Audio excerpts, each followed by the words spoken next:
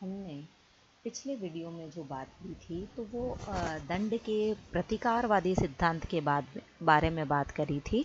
और अब हम दंड के जो दो और सिद्धांत हैं, निवर्तनवादी सिद्धांत और सुधारवादी सिद्धांत, उसके बारे में बात करते हैं।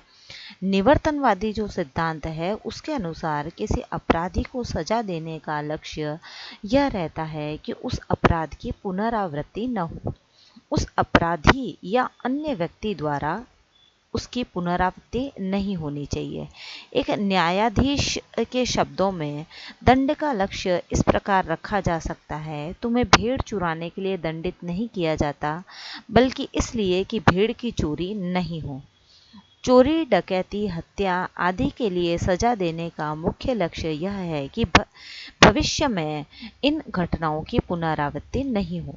इस प्रकार शुभ कर्मों के लिए पुरस्कार देना चाहिए ताकि भविष्य में इन कर्मों के करने की प्रेरणा मिले। जब किसी अपराधी को कत्ल करके चौराहे पर प्रदर्शन के लिए रखा जाता था, तब इसके पीछे यही मुख्य प्रयोजन था कि दूसरे लोग इससे भयभीत होकर इस प्रकार का अपराध नहीं करें। कुछ लोग जो निवर्तनवादी सिद्धांत को नहीं मानते हैं, उसके अंदर उनको कमियां दिखती है, वो इसकी आलोचना भी करते हैं और वो कहते हैं कि ये सिद्धांत दोषपूर्ण है या अपराध की संभावना नष्ट करने के लिए किसी अपराधी को दंड दिया जाता है। अपराध वृत्ति रोकने के लिए किसी मनुष्य को साधन बनाना सर्वथा अनुचित है। मनुष्य को सदैव एक साध्य समझना चाहिए, न कि साधन। मनुष्य को साधन बनाना मनुष्य मात्र के प्रति अन्याय करना है। दूसरों को अपराध करने से रोकने के लिए किसी व्यक्ति को दंड देना भी उचित नहीं कहा जा सकता। मैकेंजी ने कहा है कि एक व्यक्ति को केवल दूसरे के लिए तकलीफ देना शायद ही उचित समझा जा सकता है। इसमें मनुष्य को वस्तु मान लेना होगा, एक साधन भर मान लेना होगा, अपने आप में साध्य नहीं। लीली ऐसा कहते हैं कि निवर्तनवाद की सबसे बड़ी कमजोरी यह है कि यदि दंड का लक्ष्य केवल व्यक्ति को कुकर्मों से अलग रखना है तो यह महत्वहीन है। दंडित व्यक्ति अपने आप में बेकसूर या कसूरवार है। मनुष्य वैसा आलू नहीं है जिसमें थोड़ा सा दाग लगने पर आलूओं के सड़ने के भय से उसे निकाल फेंका जाए। अब हमने देखा कि प्रतिकारवाद की भी कुछ कमियां हैं और निवर्तनवाद सिद्धांत की भी कुछ कमियां हैं। तो अगला सिद्धांत हमारे सामने आता है सुधारवादी सिद्धांत। इस सिद्धांत के अनुसार अपराधी को प्रतिकार की भावना से सजा नहीं दी जाती, बल्कि उसे सुधारने के लिए दी जाती है। यहाँ दंड का लक्ष्य समाज का सुधार नहीं, बल्कि उस अपराधी को सुधारना है जिसने कोई अनुचित कार्य किया। अपराधी को उसी के हित में दंड दिया जाता है, दूसरों के हित में नहीं। प्रत्येक अपराध के लिए प्रत्येक अपराध के पीछे कुछ न कुछ कारण अवश्य होते हैं। यदि इन कारणों को ही हटा दिया जाए तो व्यक्ति वापस अपराध नहीं कर सकता। अपराध के कारणों को लेकर 3 प्रकार के मत पाए जाते हैं। पहला है अपराध मानव विज्ञान, दूसरा है अपराध समाज विज्ञान और तीसरा है मनोविश्लेषण विज्ञान। इन तीनों पर हम अलग अलग विचार करते हैं। तो सबसे पहले हम अपराध मानव विज्ञान की बात जब हम करते हैं तो हम देखते हैं कि अपराध विज्ञान सुधारवादी सिद्धांत का समर्थन करता है। अपराध विज्ञान की स्थापना इस सिद्धांत पर हुई है कि अपराध एक रोग है, मानसोन्माद का एक वंशक्रमागत या अर्जित पतन की अवस्था है। इससे यह अनुमान निकलता है कि अपराधी की उपयुक्त चिकित्सा वह है जो उसे दंडित करने की अपेक्षा रोग मुक्त करने का प्रयत्न करती है। कारागारों के स्थान पर अस्पताल, पागलखानों और सुधारशालाएं होनी चाहिए।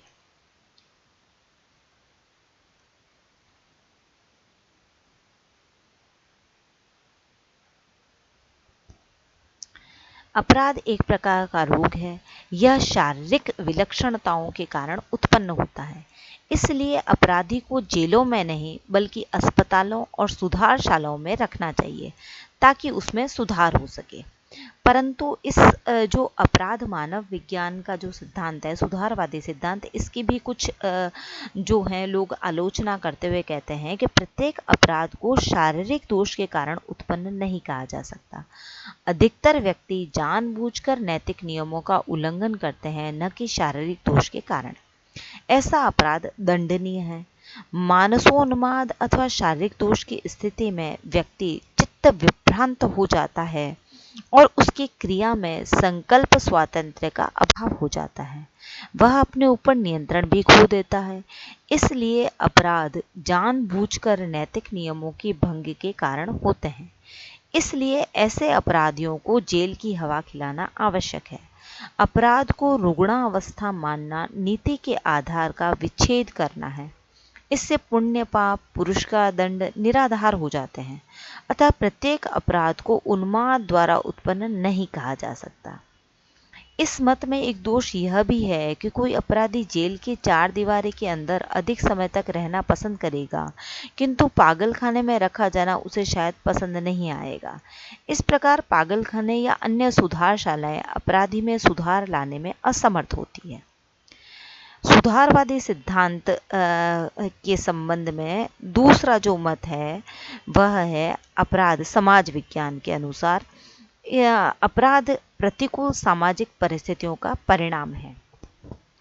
सामाजिक जो विषमताएं हैं, भ्रष्टाचार, अव्यवस्था आदि अपराधों को उत्पन्न करते हैं। सामाजिक गठन ही ऐसा है जिसमें व्यक्ति व्यक्ति में आर्थिक विषमता है। इस विषमता के कारण भी व्यक्ति अपराधी बनने को बाध्य होता है। अधिकतर चोरी डाके निर्धनता के कारण ही होते हैं। अपराध रोकने के लिए यह आवश्यक है कि समाज स्थित असमानता, भ्रष्टाचार, कुव्यवस्था आदि का अंत हो जाए। इसकी भी कुछ लोग आलोचना करते हैं और कहते हैं कि यह सही नहीं है कि अपराधों को उत्पन्न करने में सामाजिक कुव्यवस्था और विषमताओं का प्रमुख हाथ रहता है। किंतु सभी अपराधों के विषय में यह बात लागू नहीं हो सकती। जानबूझकर किए गए अपराध सामाजिक विषमताओं के कारण उत्पन्न नहीं माने जा सकते। सभी अपराधों के लिए सामाजिक गठन को दोषी ठहराना अपराध को भुला देना है। दंड देने से अपराधी में सुधार होना अनिवार्य नहीं। कभी कभी दंड भोगते भोगते अपराधी की अपराध वृत्तियां और अधिक सबल और पक्की हो जाती है। ऐसा पाया जाता है कि कभी कभी कोई नया या कच्चा अपराधी भी सजा भुगतने के साथ और पक्का अपराधी बन जाता है।